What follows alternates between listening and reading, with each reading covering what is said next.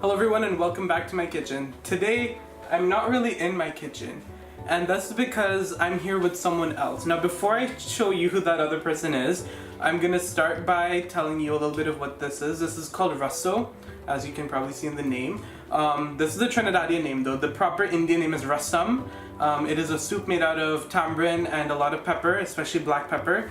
And this recipe is something that my grandmother had given to me, so it's kind of an old recipe. And in Trinidad it's not very that common, but it does still exist. So before I go on with the rest of the recipe, I'm going to show you my friend that's here. So guys, hi, it's me. He's in my kitchen today, and he's gonna show me how to make this soup. Now, I'm really interested. It sounds really good. Do you eat this alone, or is it accompanied with anything? So a lot of people eat this alone when they're sick. But typically, you know, like Kachorian thing. Yeah. So they would have boiled rice. Yeah. This soup, ghee on top of the rice, and kachori on the side. Oh wow, sounds interesting. So I hope you guys give this recipe a try. Now let's have Navin show us how to make this delicious recipe.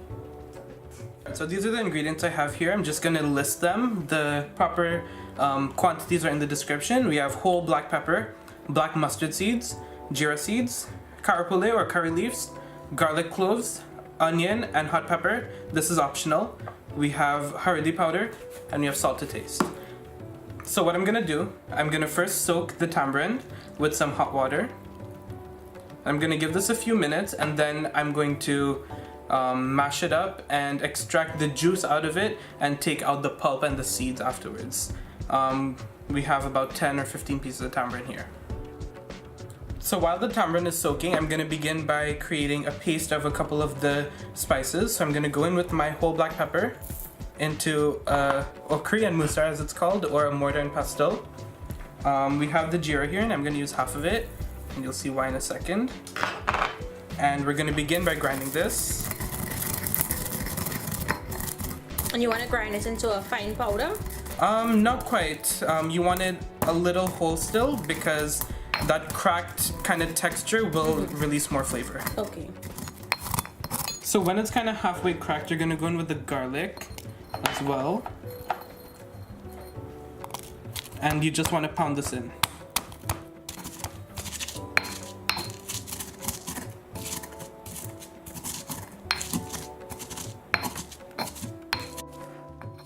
Alright, so this is how you want it to look. A little coarse, and you just want to make sure that you don't have two really big pieces in there. And this is perfect. So just set this aside and let's move on to the next step. Correct. Alright, so we have this soaked tamarind here. And this is fresh tamarind that Natasha had actually got for me. And we're just gonna squeeze out the pulp and separate it from the seeds and the husk and whatever. And we're just gonna do this until we get our tamarind separate. So you see how it looks kind of thick now? It's just a little bit more, and you see you're starting to see the black seeds. Some of them are actually coming out. This is what you want, and then we're gonna add water and strain this. Okay. So Navin is just gonna strain or separate the pulp and the seeds from that juice. Yep. And just give it a second because it's thick. So guys, here we have that tamarind juice that he took out of the tamarind by soaking it and straining it. Now we're going to move on and to actually putting this together. Okay, so we're gonna add the pulp. I'm just gonna reserve back a little bit of the liquid because I'm gonna use it to clean out the pestle, or the mortar, sorry. And we're gonna add everything that he grounded in that pestle, he's adding it. Yeah. And I'm gonna add the rest of this. Just wash out the pestle with some of that tamarind juice and add it to your bowl. And then we're gonna, as we mix this, we're gonna add the curry leaves. I'm gonna just do a thing here and break it. And we're gonna add the pepper. And this just gets mixed up. And we're gonna add a little bit of salt to this, just to taste. We're gonna add more water afterwards. Alright, so now I'm gonna go in with some nariyal coconut oil. About 2 tablespoons. That's it.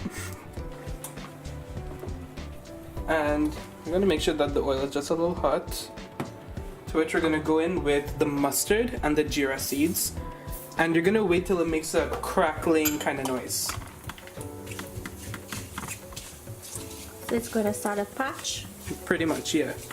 You won't really notice a change in color because they're both pretty dark, but they're gonna make a crackling noise, and that's how you know it's ready. Alright, so I want you guys to hear that crackling noise. Alright, and once that happens, you're gonna go in with the hardi powder, the turmeric, saffron, and the onion. And you're gonna wait until this just caramelizes. You don't want it to get too brown.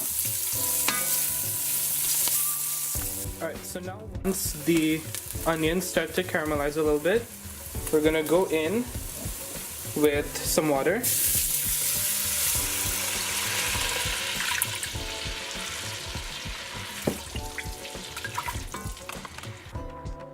And now once the water's in, we're gonna go in with the tamarind mixture. And we're just gonna bring this up to the boil once. So before it actually comes to the boil, I just wanted to say, in the oil as well, some people do like to add meat. The more common types of meat to add are goat or like fowl or like a hard type of animal meat. What about shrimp? Can you add shrimp? Yes, you can add seafood and thing. Shrimp would probably be good in this as well. Okay. It's basically whatever you want, but this actually became popularized after the British rule in India. So in the UK and all, this goes by a very slightly different name, and I'll add that in the description, where it's actually pretty common. And in fact, if I tell you the name, you'd probably have heard it before. What's that? So it's Mulligatawny. Okay, I've never heard that. So it's actually a pretty big butchering of the actual Tamil name, which is two words put together, milagu and tani, which means pepper and water. So yeah, it's pepper water. Cool, yeah. Like fire water, pepper water. Yeah. So we're just gonna wait for it to come up to a boil and then it'll be done? And then yeah, you just turn it off. If you let it go for any longer, it'll get bitter. Okay, do we eat all of the spices in there? People like to strain it, and Okay. I don't blame you because this is a lot to chew on. Yeah. A lot of people do like believe that the medicinal properties and like the karpuli leaves and like the whole spices are actually better for you if you chew them up. So it's personal preference, really. Okay guys, so if you're making it and you have the flu, try it, let us know. Strain it if you want. Don't strain it if you want a really strong flavor and you want it to be potent and it works better with the spices. Alright guys, so as you can see here, the pot has actually come up to a boil. So what we're gonna do is just turn off the stove completely, and we're actually gonna leave it on the element until it cools down to the desired temperature that you decide to drink this at. So now that it has cooled down, Nathan is just gonna pour it out. How good does that look? And it smells and it tastes really amazing. Don't forget to adjust your salt accordingly before it cools down. Yeah, you don't want to miss that out.